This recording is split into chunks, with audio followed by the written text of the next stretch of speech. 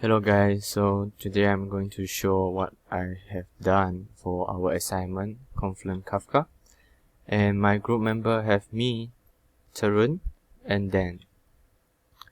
So now we are in the Confluent Kafka with the locus host.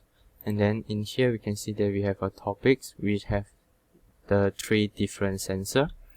And these 3 different sensors will run by the producer that we create in Python file.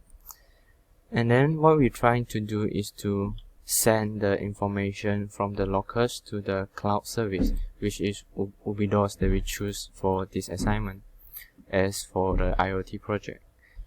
And here we have 3 different status. With the light status, we can check how bright is the room, and this is a number of people, which is the number of people in the room recently or currently. And here is the temperature status for our room. So basically I'm doing the 3 different sensors for detect the room situation. So the file that we have is this 5 different file. The consumer is the file that we use to connect our local host to the cloud service. So in here we will need the API credential, which is the token, and the API label. By using these 2 items, we can connect the consumer file from the local service to our cloud service, which we just replace the file here by putting our own token and the label for our device label. And this 3 is the variable for the sensor that we mentioned just now, the temperature, light, and number.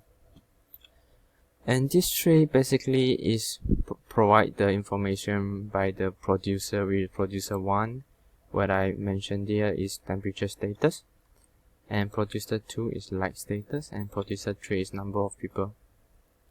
So here is the result that we can get by showing the information that we get from the sensor, which is using the random value. So this one is the temperature status, and this one is the light status. So let me run it. Okay, this is the light status, and this one is the number of people in the room. And here is the consumer, which you can see he said your device is updated, which means he will get the information from our producer and then it update to the cloud service.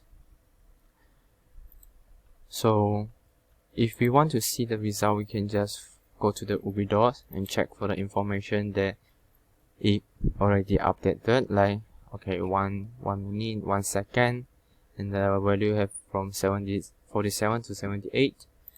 So here we can check the random value they created by the producer and then updated by the consumer to the cloud service. So the another thing that we can see is the test editor. So from here I have set the different value for our different producer. So the first producer I'm using temperature. So basically for our temperature we're using degree Celsius, which is around 10 to 35. So I set it here, the radian for the random value will only be 10 to 35. And the second one is the light status, which is the brightness of the room. I set it to between 0 to 100. So it's 0, which means the room is dark and without light, and it's 100, which means the room is full of light. And producer 3 is for the number of people. And then for our classroom, basically we only will only let 40 students in one classroom, so I set it for 0 to 40.